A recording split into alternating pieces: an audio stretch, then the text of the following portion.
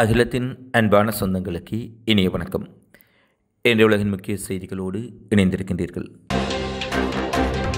அமெரிக்காவில் United healthcare தலைமை செயல் அதிகாரி சுட்டுக்கொலை. முதலீட்டாளர் மாநாட்டில் பங்கேற்பதற்காக தாமஸ் வந்தபோது திட்டமிட்டு கொலை செய்யப்பட்டுள்ளமை அமெரிக்காவில் பெரும் அதிர்ச்சி ஏற்படுத்தியுள்ளது. அமெரிக்காவில் மருத்துவ காப்பீடு மற்றும் மருத்துவ உதவி திட்டங்களை வழங்கும் முன்னணி நிறுவனம் யுனைடெட் ஹெல்த்கேர் மத்திய மாநில அரசின் நிதியுதவி மற்றும் மருத்துவ உதவி திட்டங்களுக்கான காப்பீட்டையும் இந்த நிறுவனம் நிர்வகிக்கின்றது. இந்த நிறுவனத்தின் தலைமை செயல் அதிகாரியான பிரையன் தாமஸ், வயது 50, நேற்று காலை நியூயார்க்கின் மான்ஹட்டன் பகுதியில் உள்ள ஒரு ஓட்டலுக்கு வந்தார்.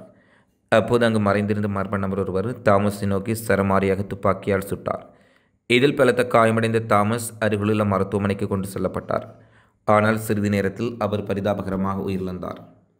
போலீசார் வழக்கு பதிவு செய்து தப்பியோடிய கொலையாளியை தேடி வருவதாகவும் யுனைடெட் ஹெல்த்கேர் சார்பில் வருடாந்த முதலீட்டாளர் மாநாடு அந்த ஓட்டலில் இன்று நடைபெறுவதாக இருந்த சூழ்நிலையில் அவர் சுட்டுக் கொல்லப்பட்டார். மாநாட்டில் பங்கேற்பதற்காக தாமஸ் வந்தபோது திட்டமிட்டு கொலை செய்யப்பட்டுள்ளமை குறித்து போலீசார் தீவிர விசாரணைகளை ஆரம்பித்துள்ளார்கள்.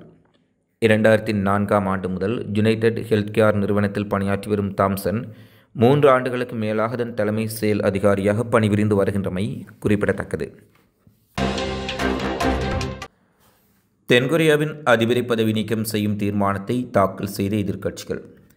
தென்கொரியாவில் அவசரகால இராணுவ சட்டம் அமல்படுத்தப்படுவதாக அந்நாட்டின் அதிபர் ஜூன் சுக் யோல் நேற்று அதிரடியாக அறிவித்தார்.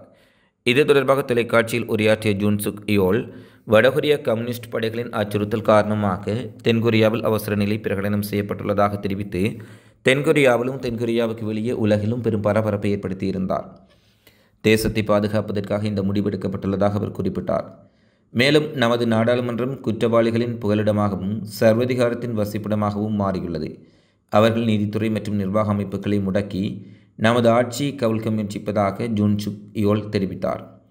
இதன் தொடர்ச்சியாக இராணுவ தலைவர் முக்கிய தளபதிகளை பேச்சுவார்த்தை கழித்து ஆலோசனை மேற்கொண்டார். இதன் பின்பு நாடாளுமன்றத்திற்குள் நுழைவதற்கான கட்டுப்பாட்டை தங்கள் கைவசம் கொண்டு வந்து தடுப்பரண்களை அமைத்தனர். இதனிடையே அதிபரின் இந்த முடிவுக்கு அந்நாட்டின் எதிர்க்கட்சிகள் மிக கடுமையான கண்டனம் தெரிவித்தார்கள். மேலும் அவசர நிலையை நீக்குவதற்கான வாக்கெடுப்பையும் நடத்தினர். இதனைத் தொடர்ந்து அதிபர் ஜூன் சுக் யோல் தொலைக்காட்சி வழியே உரையாற்றினார். அப்போது அவர் அவசர நிலை நடவடிக்கைகளுக்காக குவிக்கப்பட்ட இராணுவ வீரர்கள் வாபஸ் பெற்றுள்ளோம் என்று அறிவித்தார். நாடாளுமன்றத்தின் கோரிக்கையை நாங்கள் ஏற்று மந்திரி சபை கூட்டத்திற்கு பின் அவசர நிலை வாபஸ் பெறப்படும் என்றும் குறிப்பிட்டிருந்தார். இந்நிலையில் தென்கொரிய அதிபரை பதவி நீக்கம் செய்யும் தீர்மானத்தை அந்நாட்டின் முக்கிய எதிர்க்கட்சிகள் இணைந்து நாடாளுமன்றத்தில் தாக்கல் செய்துள்ளார்கள். இந்த தீர்மானத்தின் மீதான வாக்கெடுப்பு வரும் வெள்ளிக்கிழமை நடைபெறவுள்ளது. தென்கொரியாவின் அதிபரை பதவி நீக்கம் செய்ய நாடாளுமன்றில் 2/3 பங்கு ஆதரவும் குறைந்தபட்சம் 6 அரசியலமைப்பு நீதிமன்ற நீதிபதிகளின் ஆதரவும் தேவைப்படும் என்பது குறிப்பிடத்தக்கது. வடகொரியா தென்கொரியா இடையிலான மோதல் உச்சமடைந்துள்ள சூழ்நிலையில் அமெரிக்கா மற்றும் மேற்குலகுக்கு ஆதரவான தென்கொரியாவில் ஆட்சியில் ஏற்பட்டுள்ள சிக்கல் அமெரிக்கா மற்றும் மேற்குலக நாடுகளுக்கு நெருக்கடியை ஏற்படுத்தியுள்ளது. சூரிய மண்டலத்தில் சிறுகோள்கள் என அழைக்கப்படும் விண்கற்கள் சுற்றி வருகின்றன. இந்த விண்கற்கள் அடிக்கடி புவியீர்ப்பு விசைக்குள் வந்து பூமியின் சுற்றுவட்ட பாதைக்குள் நுழைவதும் உண்டு. இவை பெரும்பாலும் வளிமண்டலத்திலேயே அழிந்து போகின்றன. இந்த நிலையில் விண்கல் ஒன்று நேற்று புவி வட்ட பாதைக்குள் வந்துள்ளதாக விஞ்ஞானிகள் தெரிவித்துள்ளார்கள். 70 சென்டிமீட்டர் விட்டம் கொண்ட இந்த விண்கல் நள்ளிரவு வளிமண்டலத்துக்குள் நுழையலாம் என்றும் அவர்கள் தெரிவித்திருந்தனர்.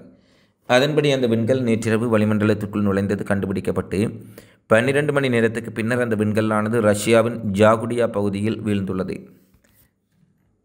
பூமியின் வளிமண்டலத்தில் நுழைந்தவுடன் விண்கல் பல துண்டுகளாக சிதைந்து அங்குள்ள வனப்பகுதியில் தீப்புளம்பாக சிதறி விழுந்தது. இது தொடர்பிலான பிரமிப்பூட்டும் காட்சிகளும் தற்போது வெளியாக இருக்கின்றன. அதிர்ஷ்டவசமாக விண்கலின் அளவு மற்றும் அது விழுந்த இடம் காரணமாக பாரிய சேதம் எதுவும் ஏற்படவில்லை. இந்த விண்கல் பெரிதாக பாதிப்பை ஏற்படுத்தாதென்றும் ஒரு தீப்பந்து போல காட்சியளித்துவிட்டு சென்றுவிடும் என்றும் விஞ்ஞானிகள் தெரிவித்திருந்த சூழ்நிலையில் ரஷ்யாவின் வனப்பகுதிக்குள் விண்கல் வீழ்ந்து நொறுங்கியுள்ளது. மலேசியாவிலும் தாய்லாந்திலும் தெற்கு பகுதிகளில் கடந்த வாரம் பெய்த மழைக்கு பருவமழை காரணமாக உயிரிழந்தவர்களின் எண்ணிக்கை 40ஆக உயர்வடைந்துள்ளது.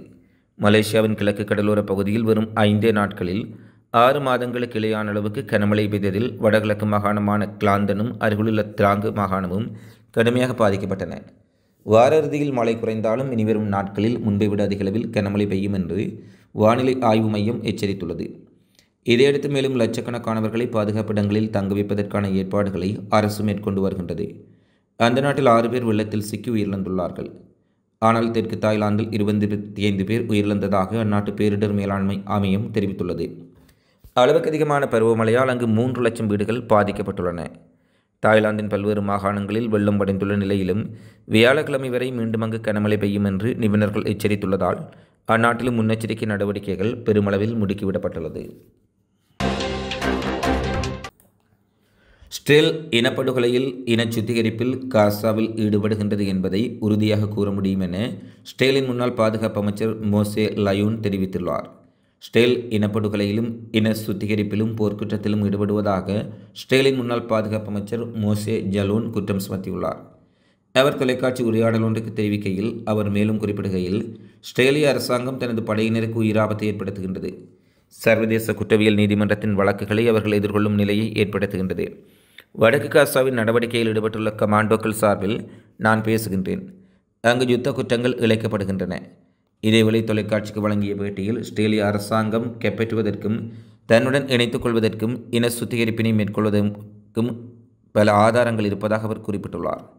கடும்போக்காளர்கள் காசாவில் யூத குடியேற்றங்களை ஏற்படுத்த முயல்கின்றதாகவும் காசாவின் வடபகுதியில் உள்ள மக்களை காலவரையின்றி அங்கிருந்து வெளியேற்றுமாறு வேண்டுகோள் விடுப்பதாகவும் அவர் தெரிவித்திருப்பதுடன் இவ்வாறான நடவடிக்கைகள் தொடர்ச்சியாக இந்த பிராந்தியத்தில் இஸ்ரேலின் பாதுகாப்பை கேள்விக்குட்படுத்தும் என்றும் குறிப்பிட்டுள்ளார்.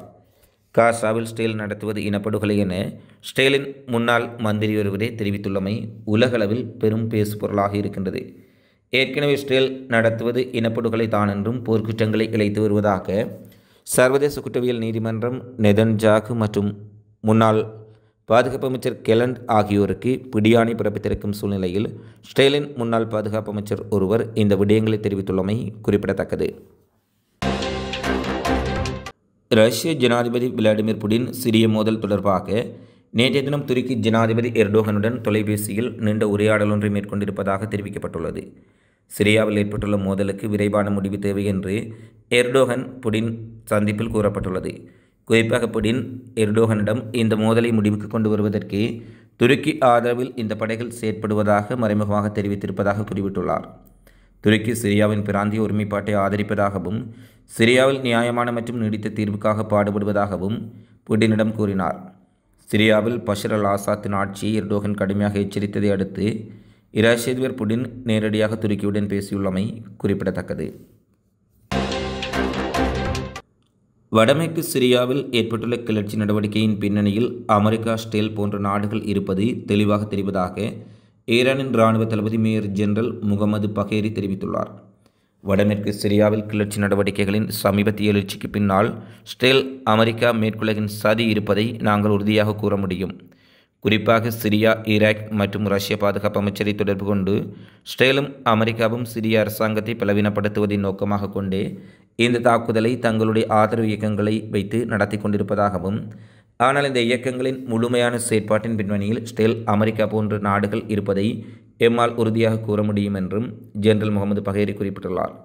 அத்துடன் சிரியாவில் நிலைமை கட்டுக்கடங்காமல் சென்றால் அல்லது சிரிய அரசாங்கம் எம்மை உத்தியோகமாக அழைத்தால் உடனடியாக ஈரானிய படைகள் சிரியாவுக்குள் நுழைந்து நிலைமையை கட்டுப்பாட்டுக்குள் கொண்டுவர தயார் நிலையில் இருப்பதாக ஈரானிய இராணுவ தளபதி தெரிவித்துள்ளார்.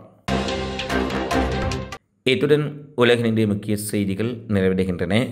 தொடர்ந்தும் உலக செய்திகளை உடனுக்குடன் அறிந்து கொள்ள அகிலத்தோடு இணைந்திருங்கள்.